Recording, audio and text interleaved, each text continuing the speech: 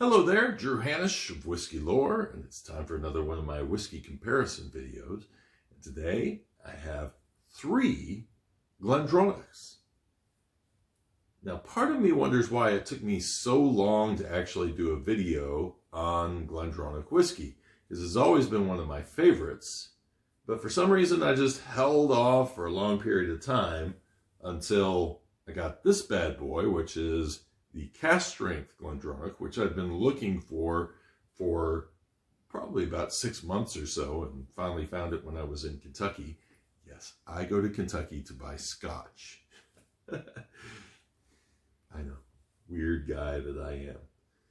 But I end up buying this Cask Strength GlenDronach. I'm really excited about it because I'm thinking 61% alcohol. This is one of the strongest Scotch whiskeys I've probably had. And you think, man, if I love it when it's at 43 or 46%, what's it going to be like when I get to 61%? So that's what we're going to find out during my little tasting here today. Now, GlenDronach and I have a very interesting history. The reason that I first got into GlenDronach was because I started out my Scotch whiskey drinking experience with Macallan 12 on ice. I know Scotch whiskey fans are going, on ice? What are you doing? What are you doing? Well, I gotta have the training wheels somewhere, I guess. So that's where my training wheels were, dousing my Macallan 12 with some ice cubes. So I walk into a store and I say, look, I know everybody, I'm a James Bond fan, and James Bond in the last couple of movies has had Macallan. But even with that, I like the underdog. Give me something that you think ranks close to Macallan, maybe is as good as Macallan or is better than Macallan, and tell me what it is. So that's when I got introduced to GlenDronach 12. And GlenDronach 12 is probably around the same price point, maybe a little less expensive, a little more expensive depending on where you're at from a Macallan 12. And now Macallan's got all these different versions of their whiskeys, so I've actually gotten more confused with them over time. GlenDronach has the 112, and here it is. Raspberries. Man, I get raspberries right off the bat on this thing. So I fell in love with this whiskey, and I bought the 12-year-old and I really liked it. Then I went to GlenDronach in Scotland with their little American flag flying over the top because Brown Forman owns them now, which is a little unsettling. And getting some oak. I'm going to pull these things out when I'm really not thinking about it. My nose is just in the glass. I got a chance to, if you pay a little extra, you get to do the upscale tasting. And so instead of tasting 12 again, which I knew very well, I got to taste the 15, the 18, and the 21.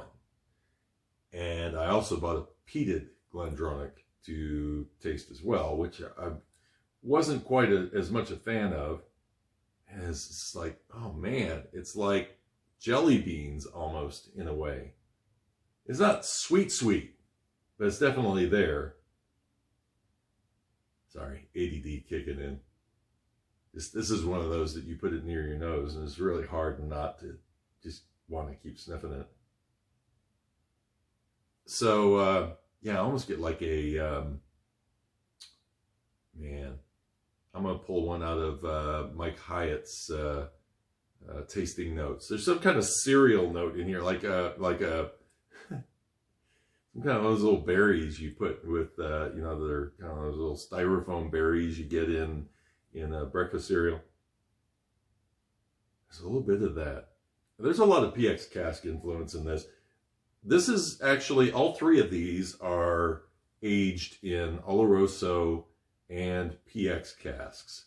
And if you don't know much about sherry, Oloroso is probably going to give you more of those dark fruits and probably some of those heavier flavors, probably drier flavors. It's not really dry, but it's sort of dry. It's drier than PX. PX is much more of your sweet kind of sherry notes that you'll get out of it. I get a little orange out of that, and a little like a sweet vermouth kind of a smell. There's my little James Bond reference, right? A little martini kind of talk going on here. It's a really, really nice whiskey at the price point that it is. GlenDronach 12, I think, is, when I do tastings, I like to promote GlenDronach 12 because I think it really turns, especially a lot of wine drinkers, on. It's got heavier flavors, more like a red wine would have than maybe a white wine. Your darker flavors, that sort of thing. But it's a really, really nice nose on this one.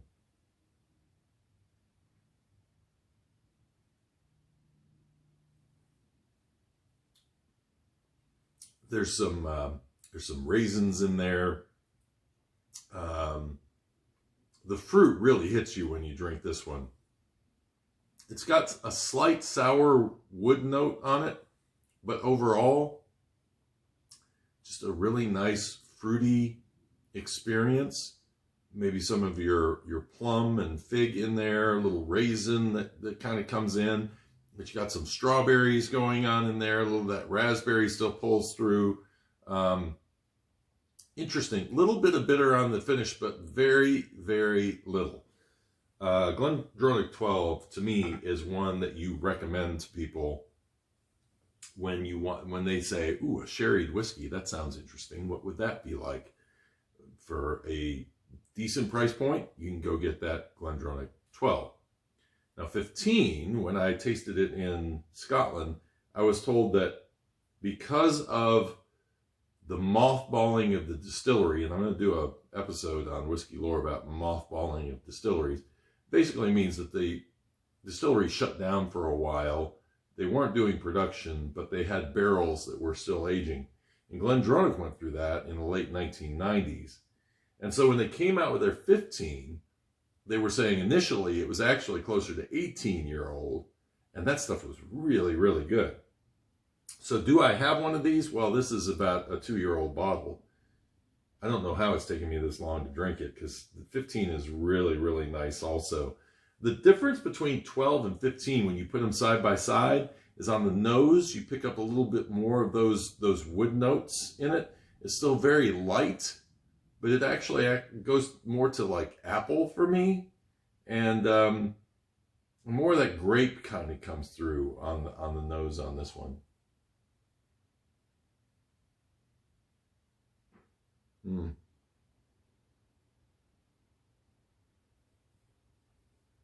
It has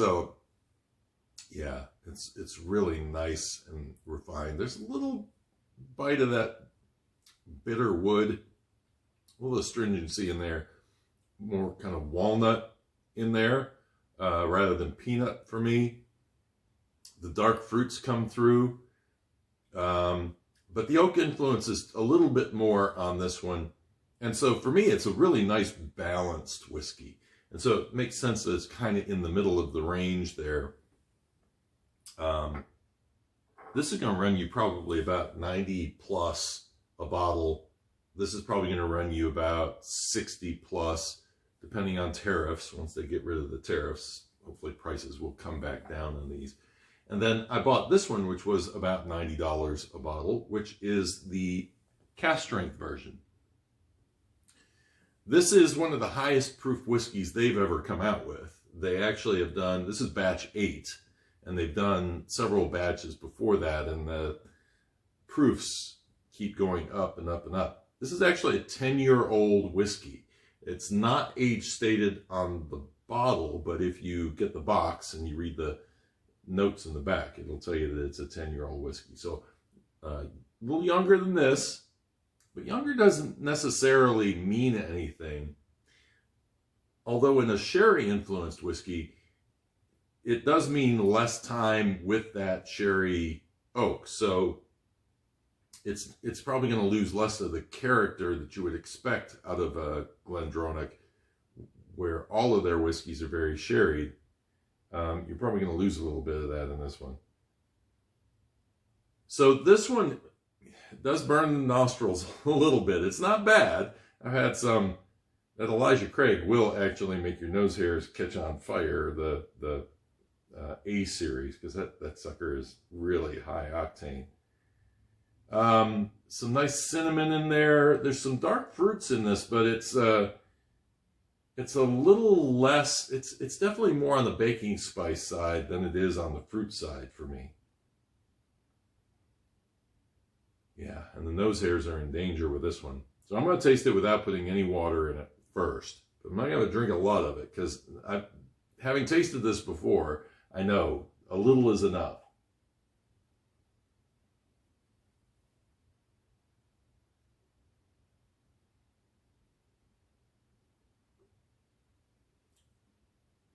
So it's interesting because all the things that you like about GlenDronach disappear.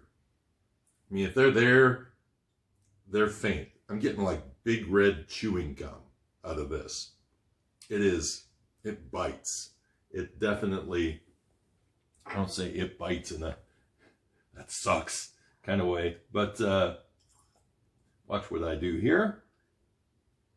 I am dousing this thing because it's just too hot. For a sherry-influenced whiskey, I understand people who want something that's going to be full and rich, and you're going to get every nuance out of that cask. But the problem with this one, I think, is that it hasn't aged long enough in those casks. You get a little bit of the plum and that sort of stuff on the finish, way out. But during the experience of drinking it, you don't really get those characteristics of GlenDronach that you really like. There's no raisin in there that I can tell. Yeah, this kind of softened the nose a little bit. Again, back to that sort of baking spice kind of a smell, though. It's just not as fruity as these two. It is just not. Oak. I get a little oak there.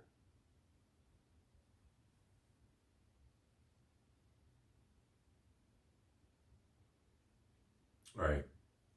So that pulls the mouthfeel down a little bit, but not bad. I'm getting some a little toffee kind of an experience out of it. But again, if you buy these two and you love these because of that sherry influence, and that is your whole reason for going GlenDronach, it really gets lost in this 10-year-old cask strength. I mean, it's almost zapped of personality. I won't say it's bad. It's a drinkable whiskey. It's probably one that if you sat with it for a while and really kind of thought it through and just relaxed with it, maybe you would find some things out of it.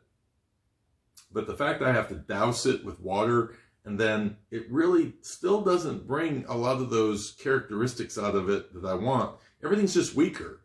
Maybe a little plum, maybe a little cinnamon. The sour is still there that I kind of get through the whole thing. I will say this. $100 a bottle, $90 a bottle. I mean, I understand it's cask strength, so, you know, they got to get the money out of the barrel.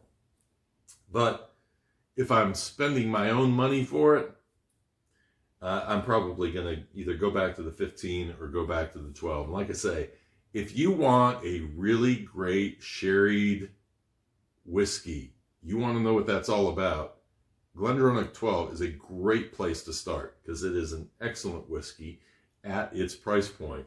And then when you move up to the 15, you get a little bit more balance in it between the oak, the wood notes, and all that fruit that's going on. So what do you guys think? I asked you about non-age statement versus age statement in the poll that I took. And then after doing that, I learned that this actually was a 10-year-old. But there's a lot of great non-age statement whiskeys out there. My opinion, though, is with GlenDronach, it's probably better to go with the age statement because you're looking for the sherry wood influence And the longer it's in that barrel, the better.